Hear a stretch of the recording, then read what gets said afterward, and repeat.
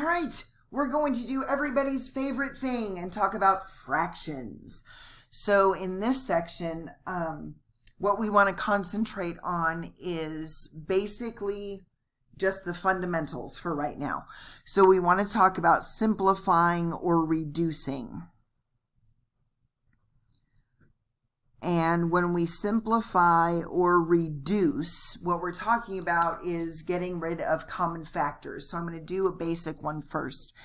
If I have something like 6 over 15, okay? So first of all, that's a proper fraction. So we say it is proper because the numerator is smaller than the denominator. So the top one is your numerator, and the bottom one is your denominator.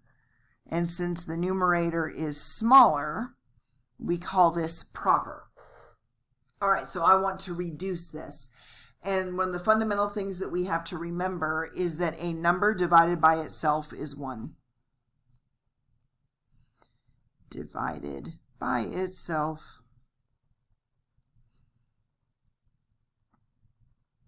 is 1.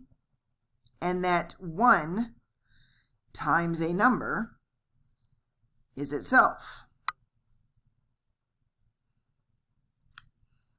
So what does all that mean when we start looking at 6/15ths? Well, what numbers can I multiply together to get a 6? I can multiply together 2 and 3. What numbers can I multiply together to get 15? I can multiply together 5 and 3. So here's what I want you to remember. A number divided by itself is 1. So 3 divided by 3 turns into a 1. And 1 times a number is itself. So this 1 that's sitting here times 2/5 is 2/5. So basically I can give you an equivalent fraction by dividing and reducing out the 3 over 3. So 6/15ths has the same meaning as 2/5 does. It's the same ratio. And I can prove that by saying I've got 1 times 2/5 will give me 6/15ths.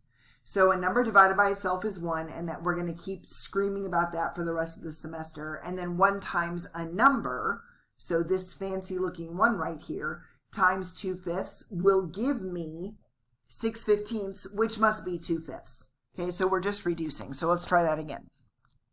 What happens if I have 18 over 15? Okay, so now this is improper. So I have an improper fraction, and an improper fraction means that my numerator is larger than my denominator. So, and I may also call this one up here elementary. I kind of go back and forth between proper and elementary. So this one is improper because the numerator is bigger than the denominator, but I would like to reduce it.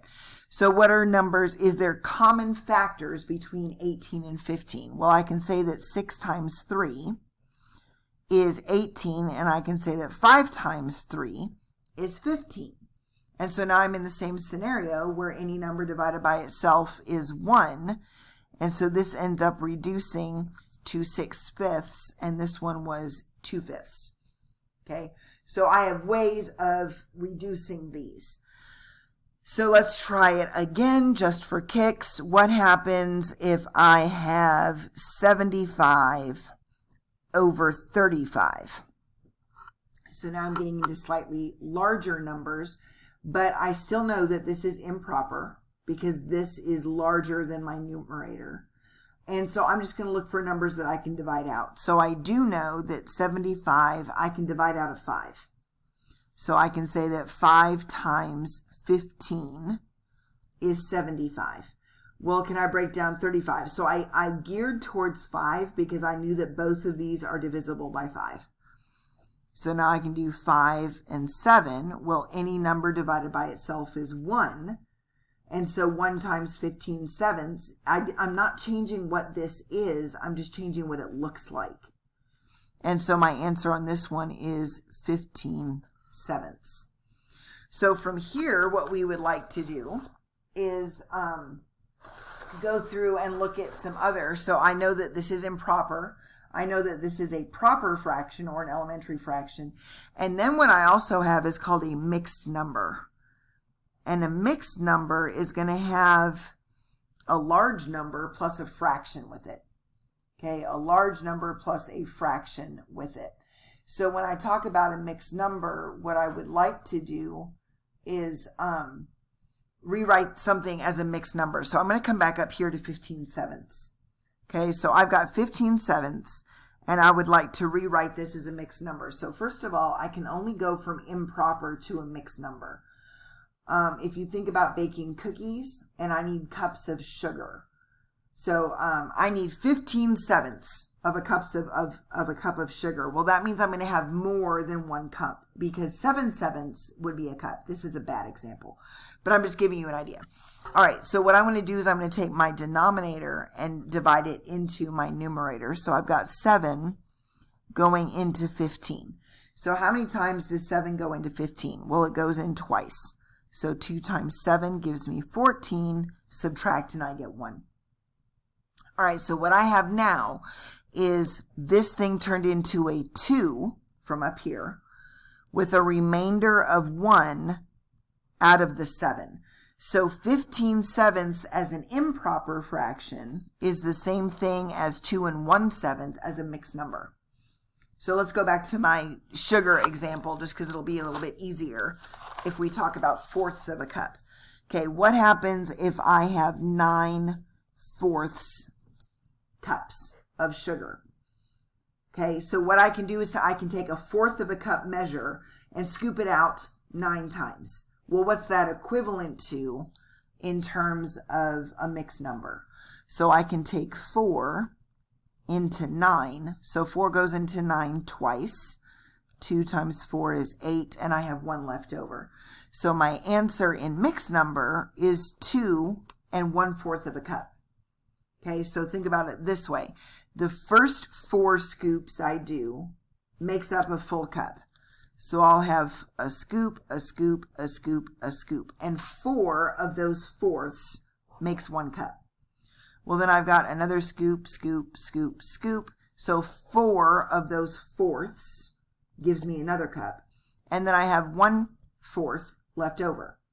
So I've got 2 full cups right here and a fourth of a cup left over. Well, that's the same thing as 1, 2, 3, 4, 5, 6, 7, 8, 9 fourths all added up. So it's the same thing. It just looks different. So what happens if we want to go backwards? I know that to go from improper into mixed, I need to divide. What happens if I have a mixed number and I want to change it into an improper? So I'm going to do a little backward circle. I'm going to start at the bottom. I'm going to take my 6 times my 4. So 6 times 4. And then I'm going to keep going, and I'm going to add the top number. So 6 times 4 plus 5. So 6 times 4 is 24 plus 5 gives me 29. But your denominator stays the same. Just like your denominator stayed the same up here, my denominator will stay the same down here unless it's reducible. So that'll be the last thing we check, is to see if we can reduce anything. So this is going to be 29/6. So let's try another one.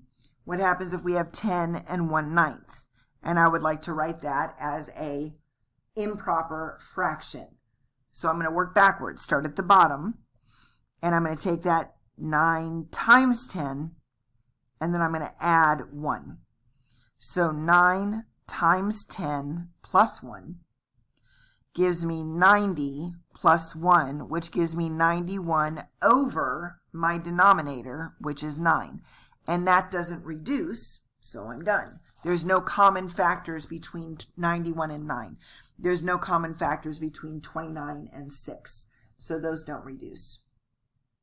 All right, so now we're going to go a step further, and we're going to find the product. Okay, so far we have found what a proper fraction looks like. We found out how to get it to lowest terms.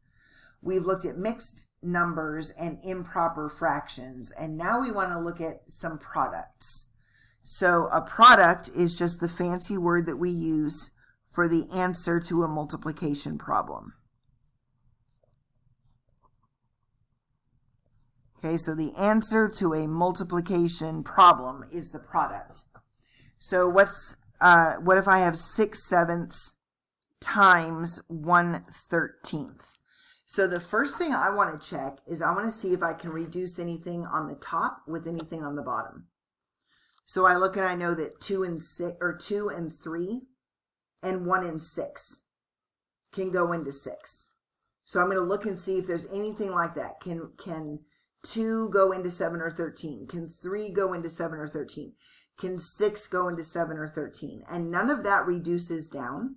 And so at this point, I'm going to multiply straight across the top and straight across the bottom. Okay, so my answer for this one is 6 times 1 is 6, and 7 times 13 is going to be 91, I think. Hang on, let me make sure. I'm tired, and I really don't know. That was wrong. It is 91. Very good. All right, so since I checked to see if it was reducible up front, I don't need to check at the end. So I can go ahead and say, all right, I am done. This is a proper fraction because my numerator is smaller than my denominator. So let's try another one. We've got 10/39 times 3/8. And I'm going to do this one 2 different ways so you can see what's happening. One of the things I notice is that 10 and 8 are both divisible by 2.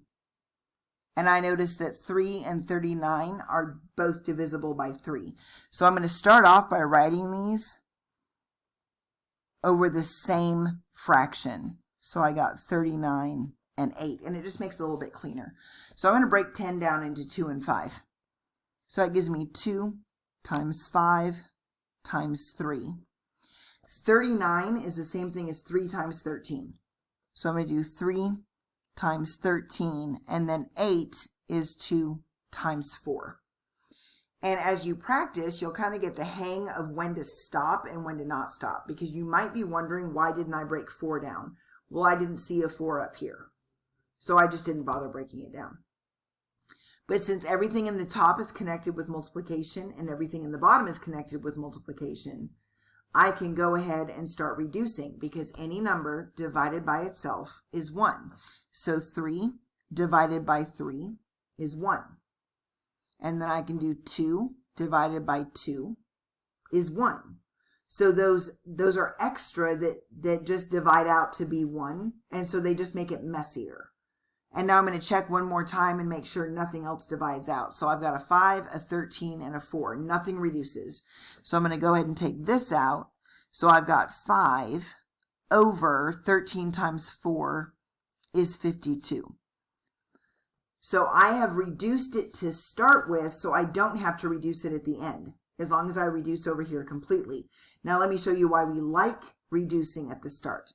If I had done this to start with, so let's do 10 times 3 over 39 times 8, that would give me 30 over 39 times 8 is going to give me 312.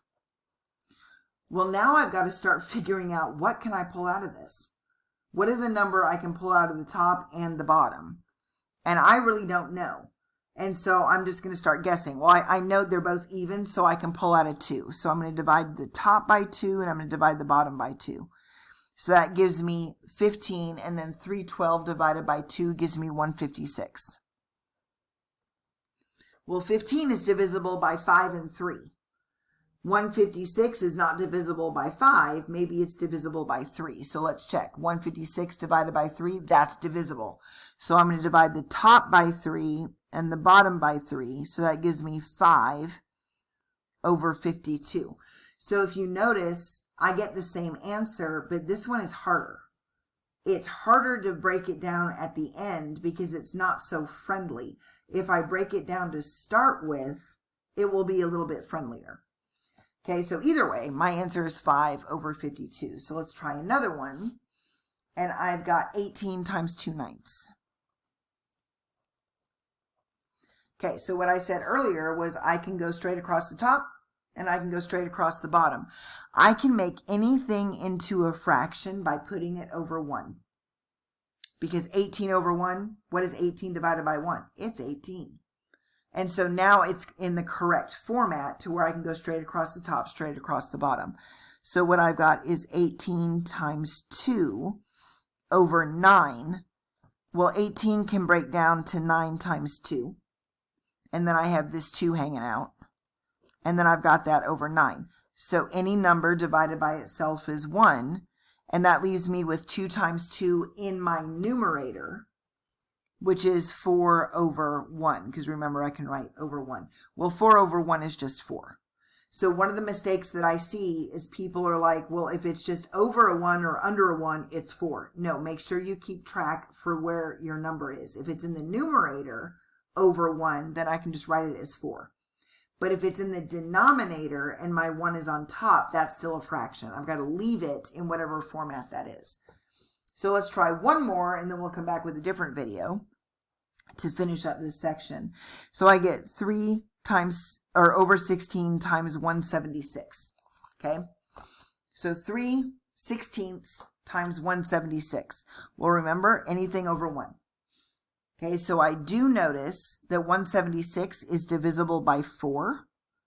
So I'm going to do 176 divided by 4 gives me 44. And that's over 16, which is 4 times 4. So I notice that I've got an additional 4 hiding up in here. So I'm going to do 3 times 4 times 11 times 4 over 4 times 4. Okay, so I'm just, at the start of this, I'm just kind of sort of guessing. How can I break this thing down? And then I just keep going as I see patterns. So I see that 44 is the same thing as 4 times 11. So I have my 3, my 4 times 11, and my 4. And then my 16 was a 4 times 4. So any number divided by itself is 1. Any number divided by itself is 1. So that leaves me with 3 times 11 on the top, which is just 33. So I end up with 33 for an answer. So rather than making this horrifically long, I'm going to come back with a second video.